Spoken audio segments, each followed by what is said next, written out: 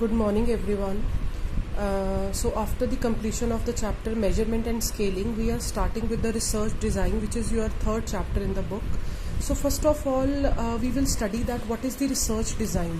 So research design, it is a map which help you or which develop you that how your research will be conducted. Okay, so there are so many questions which are being addressed by the research design. So it simply means that why the study is being conducted, what is the study all about, study में है क्या, ठीक है, किस तरह का data आपको इसके लिए चाहिए होगा, then where is the data available, आपको डेटा कहाँ पे मिलेगा, किस तरह की टेक्निक जो है वो आप यूज़ करोगे, और what is the method of data analysis adopted, right. Then further what will be the method of sampling, किस तरह से आप जो सैम्पलिंग है उसको किस मेथड से यूज़ करोगे, and what will be the format of reporting the result, आपने जो भी अपनी प्रोजेक्ट रिपोर्ट बनानी है उसको आप किस तरह से रिपोर्ट करोगे. ठीक है, तो रिसर्च डिज़ाइन का सिंपल मतलब ये है कि it is an arrangement of collection, ठीक है, and analysis of a data in a manner so that you can achieve your research purpose, the purpose for which your research is being conducted, right. So whenever we form a research design, it must compete with certain kinds of characteristics, or there must be some, first of all, phases into it. Okay, there are 4 phases of this research design. Number 1 is called as the sampling design. Sampling design का मतलब है कि आप पूरे का पूरा अपना sample design देखोगे कि आपका सैम्पलिंग फ्रेम क्या है, आपका सैम्पलिंग यूनिट क्या है, आपका मेथड ऑफ जो सैंपल का डेटा कलेक्शन है वो आपका क्या रहेगा. ठीक है.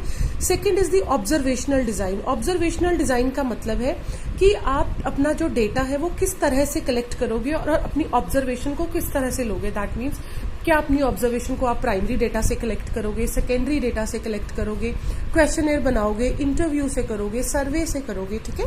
So that is called as the observational design. Third is called as the statistical design.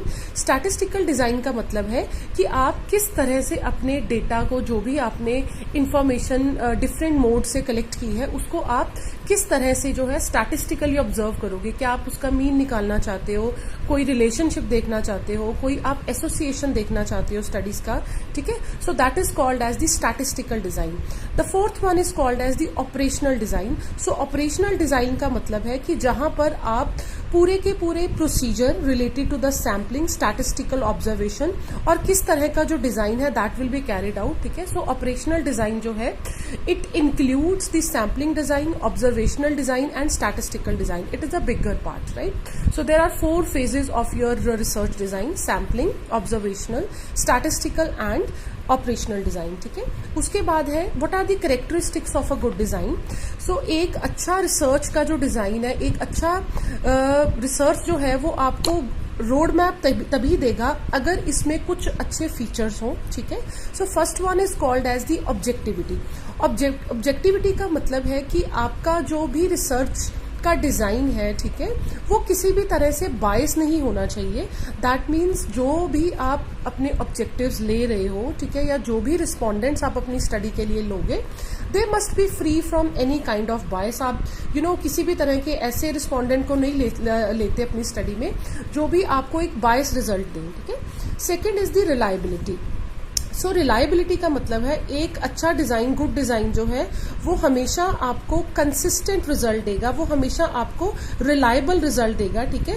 सो जो भी रिस्पॉन्स जो है रिस्पोंडेंट के दिए जाएंगे वो एक तो जेन्युइन होने चाहिए, ठीक है, और वो हमेशा सेम रहने चाहिए. ऐसा नहीं है कि आपने कभी एक रिसर्चर से पूछ लिया, सो एक टाइम पे उसका जो रिस्पॉन्स है वो कोई और आ रहा है और दूसरे टाइम पे जो रिस्पॉन्स है that is something different. So that is why the results will come reliable only if the method of data collection is reliable, right. Then is called as the validity.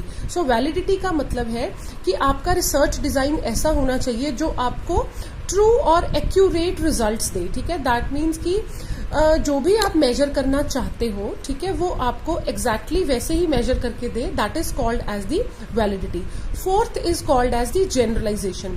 Generalisation का मतलब है कि जो भी आपने अपना research design बनाया है, ठीक है, या जो भी आपने रिसर्च डिजाइन के लिए अपने सैंपल को लिया है, वो आपका सैंपल जो है वो सारी पॉपुलेशन को क्या करना चाहिए, रिप्रेजेंट करना चाहिए. ठीक है.